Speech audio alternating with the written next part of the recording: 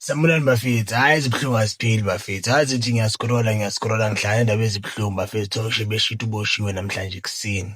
Yabo about indaba le attempted murder le i-motorist memolo nto leyo. So-ke manje bafethu zibuhlungu iy'ndaba lezi yabo. Asoze indaba ezokuthi manje zimnandi, zibuhlungu kakhulu yabo. Because I understand manje festive and ulova meke namagigi amaningi kabi. Yabo, menamagigi amaningi kabi and bezomenzela imali ebhaya for yena nomndeni wakho babeshapha. Yabo, ngento obonayo ukuthi makuyinto encane yabo. If yena bevele wa-driver waya e-police station abatshela nokunemoto engilandelelayo so yabo. Because bafethu u-break law akho right. It's not a good thing u-break law bafethu, it's not a good thing. Yabo. So nje bambona le ngilakhe ngafika kabuhlungu bafethu because uLovo sibaninzi mazabe la khona. Yabona if manje la bambeka icala uzoba senkingeni because uthi le festive angeke yenze imali. Angeke yenze imali and unamagigi amaningi kakhulu kabi kule festive le. And iningi imali meke ezoyenza. Iningi ngendlela eyisimanga imali meke ezoyenza. So kusho ukuthi mayizoluza lo mali leyo aluze ama-opportunity because mawusejele bafethu ayikho into ongayenza.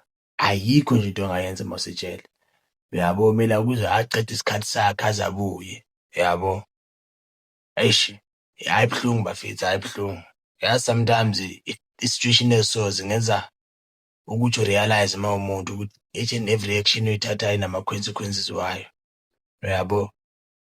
I wish like mekenze i-choice e-right isikhathi kwenzeka right. At least adrive e-police station echazela amaphoyisa ukuthi une-situation so.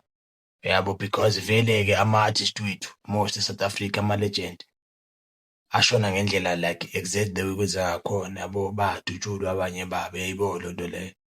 Hhayi libuhlungu bafethu kakhulu, ibuhlungu kakhulu bafethu, ibuhlungu kakhulu engathi izinto zingamfavor or i-universe ingamfavor yabo, ikwazi u-understand ukuthi kwenzakaleni yabo, because naye mezama uzi-protect-a but makungamelanga azi-protect-a ngendlela azi-protect-e ngayo ngabe wenze ngcono yabo. I always feel like that, abe wenze ngcono than the way wenze ngakhona because manje uzimoshele wayena, uzimoshele bafethu yabo.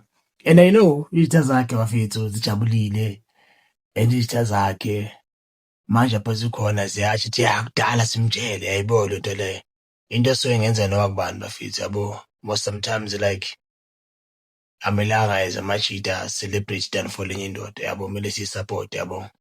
But I wish ukuthi mekenze ama-choice a-grand bafethu yabo. I wish because le choice ayithathile imfake enkingeni manje yabo and imluzise ngama-opportunity azayo yabo.